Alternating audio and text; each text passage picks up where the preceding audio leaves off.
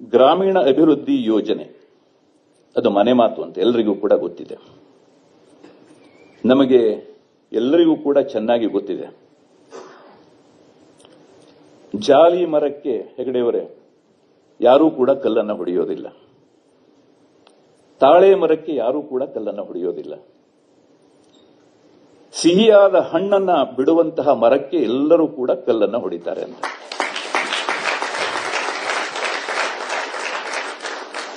ಆದರೆ ನಿಮಗೆ ಆ ಕಲ್ಲೇಟು ತಿಂದು ಸಿಹಿಯಾದ ಫಲವನ್ನ ಹಣ್ಣನ್ನು ಕೊಡುವಂಥದ್ದು ಹೇಗೆ ಹೇಳುವಂಥದ್ದು ಚೆನ್ನಾಗಿ ಗೊತ್ತಿದೆ ಅಂತ. ಹೀಗಾಗಿ ಆ ಕಲ್ಲೇಟಿನ ಬಗ್ಗೆ ಹೆಚ್ಚು ತಲೆ ಕೆಡಿಸಿಕೊಳ್ಳಿಕ್ಕೆ ಹೋಗಬೇಡಿ ಅಂತ.